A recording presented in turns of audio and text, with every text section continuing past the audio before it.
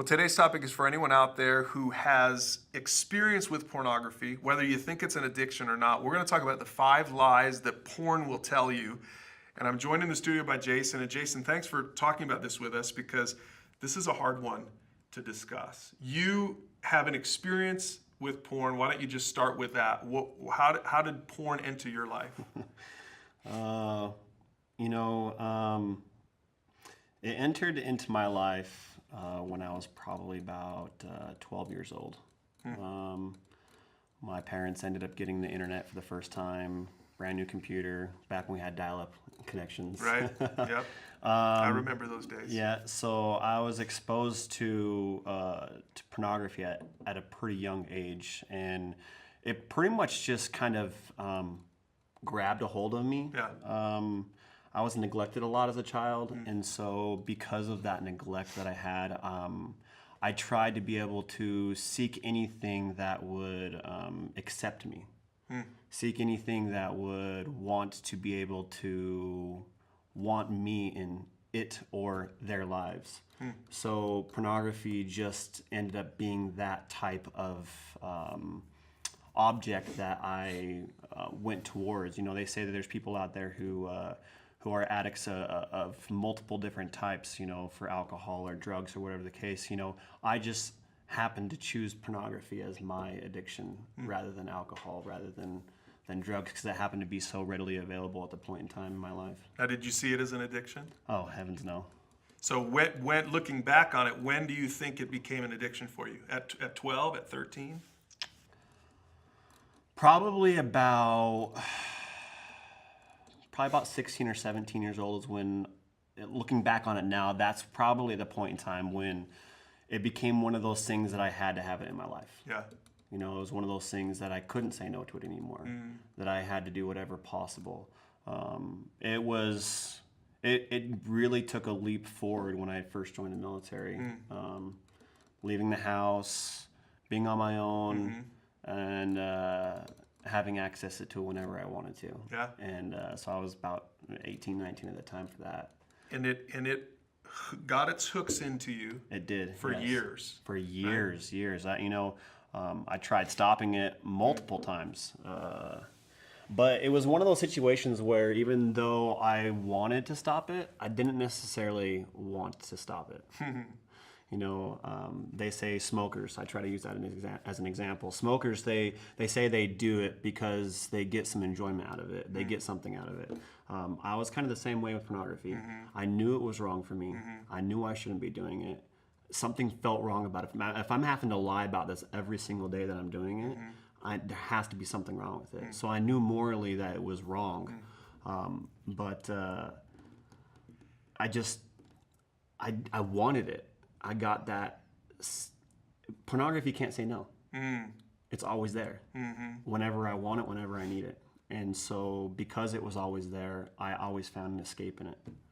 And so you identified, now that you've had victory over it, and we'll do more videos on that, but now that you can say you have victory over it, you've identified 5 lies that porn tells you. And I want you to talk us through this, because I'm sure people out there dealing with this might be surprised to hear some of these statements, and they can see this, that they've bought into some of these lies. And the first one is this: it's not hurting anyone.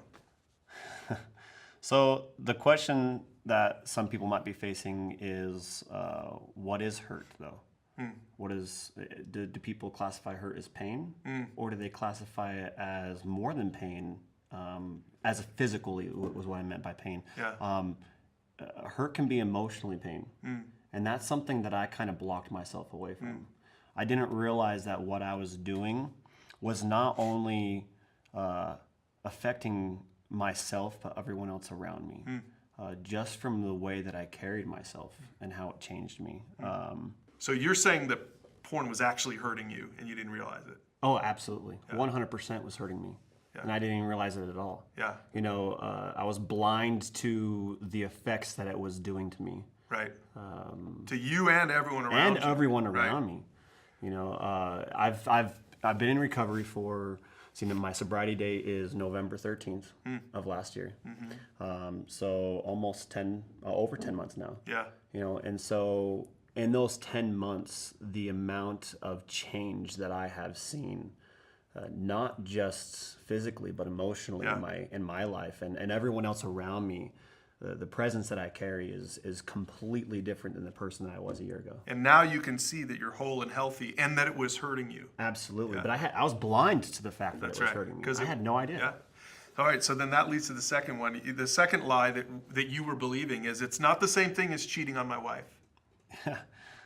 Yeah. I laugh every single time you ask me one of these questions because it's, it's a lie that it tells me. It's not. What is, I try to look at it, what is cheating on someone? A lot of the times someone who's facing this addiction, like I did, would say cheating is physical. Right. I have to physically go out and kiss another woman, or I have to physically go out and have sexual relations with another woman for it to be considered cheating. What I wasn't realizing, though, is that it was me being lustful to these other women. I was not just viewing them, I was wanting them. I was lying to myself saying that I wasn't wanting them, but how can I watch a video and pretend that I don't want these people? I'm getting something from it. Yeah. I'm not getting nothing from it. Yeah. So to sit there and say that I'm just going to watch this video because it makes me feel better and I'm not going to cheat on my wife for it is just, looking back on it now, I don't know how I ended up. Yeah, we tell ourselves these lies because we want to believe them. Yeah. In fact, that's your next lie. Is you even got to the point where you said, "Hey, porn could save my marriage." How did you get to that? How did you get to the point where you actually convinced yourself that this could actually be good for my marriage? So I had to lie a lot to be able to keep pornography in my life because my wife did not like it at all. She had the idea that our marriage could be saved if I would just let it go. Right. And I had the idea of that our marriage would be saved if she would just let me do it. Oh. So we were at this impasse. Yeah. And me, I wanted to have control over everything. So I wanted it my way. My way meaning she needs to be able to let me do this every single day, be open with it, be okay with it. And if she is okay with it, then I don't have to lie to her about it anymore. I can do it whenever I want to do it. You don't have to feel so bad about it. I don't have to feel so bad about it You anymore. need to give me permission, honey, to do this so I don't have to feel so bad about this thing that's not bad. Exactly. Right? Yeah. So that's just lie upon lie, right? Lie upon lie upon lie because she didn't like it. So, and I wasn't even just lying to her. I was lying to myself every single day. Wow. Fourth lie, you said, it doesn't affect my emotions. Now, we covered this a little bit, but explain this a little more for us. Okay.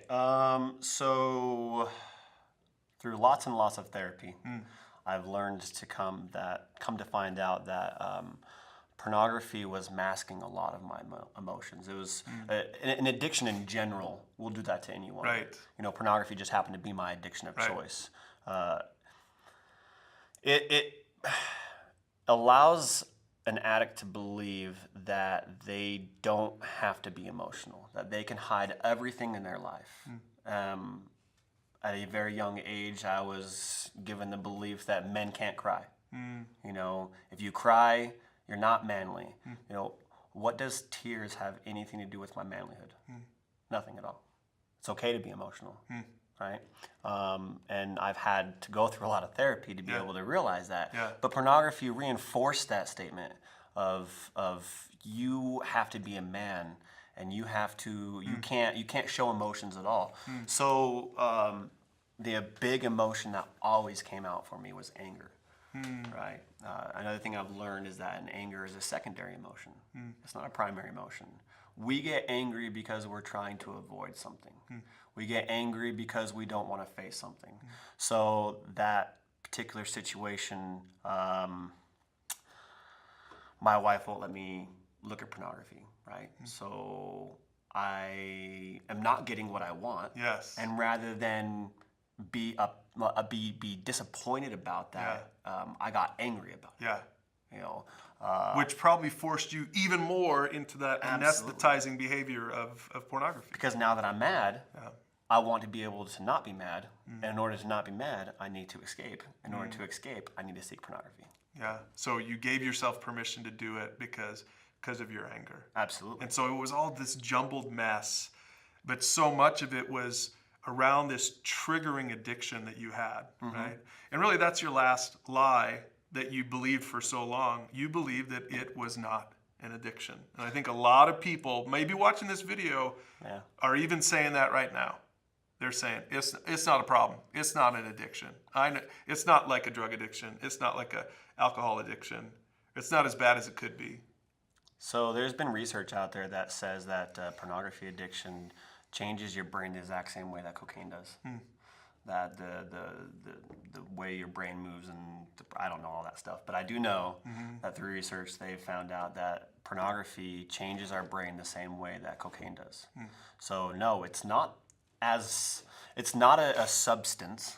You know, I've been told before that my pornography addiction isn't as bad as other people's because I can't OD on pornography.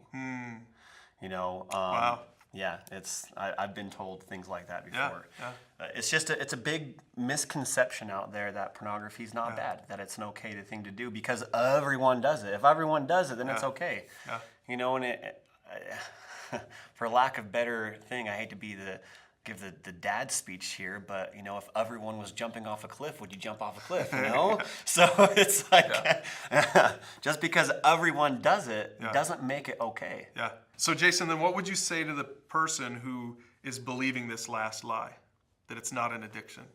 So I would ask them to listen to this statement that I'm about to say. The statement I'm about to say is a great definition to classify all addictions across the board. The statement says the continued use of any mind or mood altering substance or experience, even in the face of negative consequence. Now we take out the middle part, right? And we just add the beginning and the end. The continued use, even in the face of negative consequences. So am I going to do this every single day, even though I know it's bad for me, right? That's an addiction. Now put the middle back inside there. The continued use of any mind or mood, right? So something that changes the way we think or feel. Substance or experience. Substance, things we put into our body, alcohol, drugs. Experience, things that we face every single day, such as pornography. Right? So the continued use of any mind or mood altering substance or experience, even in the face of negative consequence. Wow. So Jason, part of you overcoming your addiction, just to finish this video, this has been so good. Part of you overcoming, is it fair to say, is when you finally admitted that these were lies? 100%. I had to face these dead on to be able to come over my addiction.